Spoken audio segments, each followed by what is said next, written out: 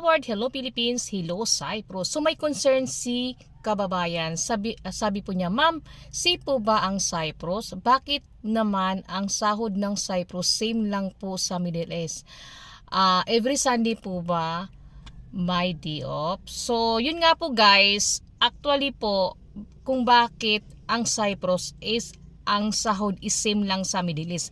Yan lang po kasi ang pinagkasunduan ng government ng Cyprus at saka Philippines yung minimum wage. Pero po, during po sa interview nyo, kunwari may employer na po kayo, nasa inyo naman po kung magkano ibibigay ni amo. Kunwari, sabihin nyo, ay ang sahod po namin sa Middle East, ma'am, is 35,000. So, depende po yan no, sa performance mo. Kasi, sasabihin naman ni amo, o sige, pwede ba mag-start ka ng 400 euro in the following day or following month, pwede ka namin i-increasean po.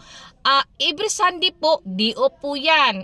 Kung hindi naman po kayo magdi-di-off, babayaran po kayo ni amo.